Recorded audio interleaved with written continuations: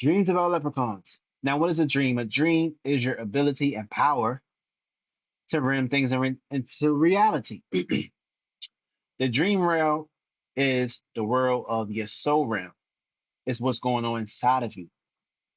And what's going on inside of you eventually is going to be birthed out of you, depending on how long these dreams or these correspondence continue to keep happening, whether that's in your wake life or whether that's in your unwake life. Unwake life would be a jurisdiction of not having a body, not having a flesh. Now, the jurisdiction of alive, of wake life, is pretty much you having a body and you're going through experiences in life. Now, the dreams you're having are what's going on inside of you. So everything starts with inside of you, then it gets manifested outside of you. So this is pretty much corresponding towards the things you're reacting to, things that you are giving your emotional charge to, things that you are, corresponding with on a day-to-day basis that's causing these reactions, or what's on your mind, what's on your heart, what's on your soul. And the things that you are bringing with inside of you are these correspondences. And what's going on inside of you is the most important thing, because what's going on inside of you will reflect it outside of you. So it's highly important to know who you are and knowing how to deal with these things in these situations that you're going through in order for you to be able to, be freely and be free from certain things. Now, when it comes to dreams, dreams is all about feelings and emotions and how you're feeling in the dream. The most important thing is the feeling and the emotion, because when we're dreaming, physical things does not really, physical things play a representation, and it's something that you're familiar with seeing when it comes to your wake life. So of course, it's gonna play out as in that circumstance situation. Now, if you ever had a dream about somebody or something, look at it like this: the individual will not know that you had the dream about them until you share the dream and tell them, until you that's you alerting them about your dream and telling them that you had a dream. So that just goes to show that that person was not inside of the dream with you having you. Your dreams is pretty much what's going on inside of you.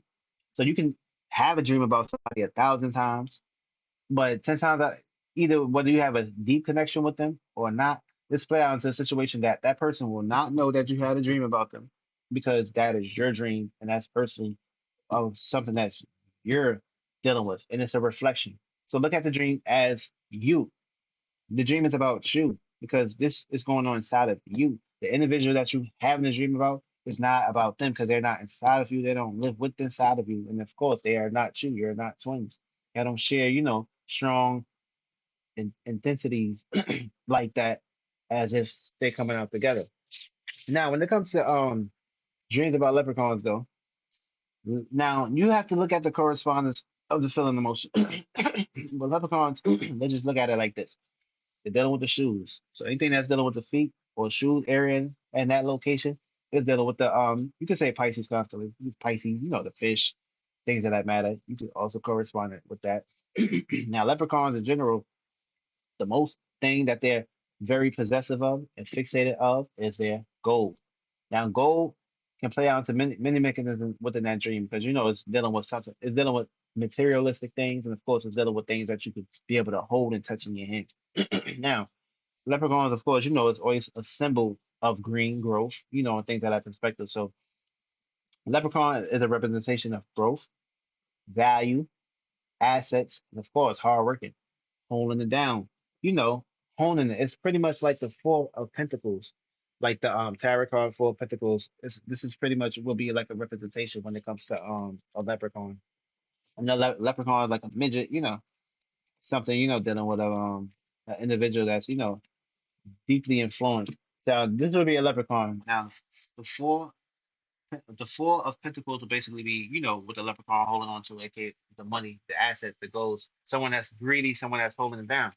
So now, when you have these dreams can be represented as greed, possessions, money, assets, and of course, values and resources, material. Now, this dream can play out into many mechanisms. It's all about how you're feeling about the dream. Now, for instance, if you're dreaming that the leprechaun had you and the leprechaun had an interaction, this is pretty much a thing that you value within your life, and that feeling and emotion about it will play out the representation. Now, if this is a good harmonious feeling and emotion, this is play out towards, a good feeling and a representation that you will have, that you have in your wake life at this moment.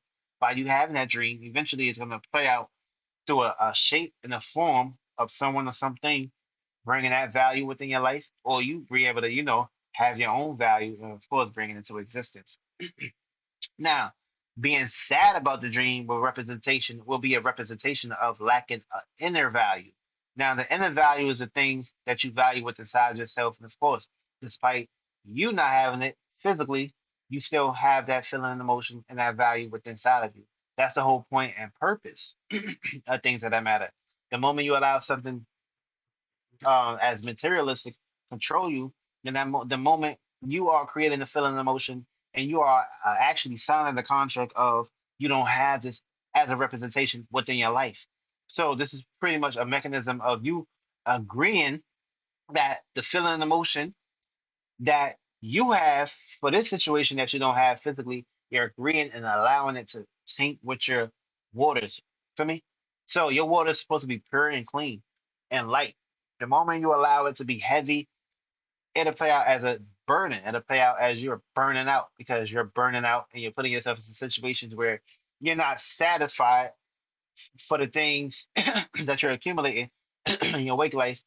You're in a situation of needing something, knowing that you have it within inside of you, knowing that you created the ability to have outside of you to be able to, have the influence to be able to have things. It's just based upon the areas and locations that you're represented by, how you was brought up, how you was brought up, and how you was raised. So 10 times out of 10, society, creates these mechanisms where in situations in life where, you gotta have something in order to, to be able to do things in life or, feel as you're uplifted in life and things that matter. Being realistic about things, yeah, you gotta, yeah, it's physical representation. If you have access to it, you're in this world. So of course you have access to all these things. So that's how I play on that mechanism things that I must things that I perception. But at the end of the day, you have the ability to create what you see outside of you. You have the ability to create these things, make them and bring them into existence, depending on, days, seconds, minutes, or hours of the days, and influences you have to be able to obtain the things that you truly want, and of course, desire, and of course, manifest and bring within your life. So your dream is what you're creating and what you're making. And the moment you're not having dreams, I mean, either you're burnt out, you're in the world, yeah, you're physically burnt out. So you're in the world, just play as mechanisms where you're just a dried individual. You lack imagination, you lack creative endeavors, and you lack your ability to bring the two together. You lack imagine. Once you lack imagination, the whole you can throw out everything because clearly you're just someone that's dried and just looking outside of yourself to allow the physical realm to, to taint your dream, to taint your imagination.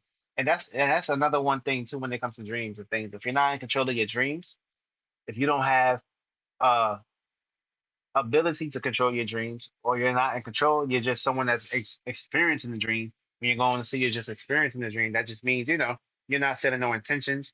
You're not, actually putting up a fight to be able to, to be in control how you are maneuvering in your life. You're just that's another thing too when it comes to that mechanism. You create the abilities and possibilities to have your dreams controlled by something or someone else outside of you to make a dream come true for them or play out as a representation where they can just, experience and live through you through a certain time. So the moment you're not taking power and control over your dreams, the moment you are allowing representation or something that's outside of you to pretty much possess you. So you may do things, you may, yeah, your life may be going in different directions. It's not going in one according.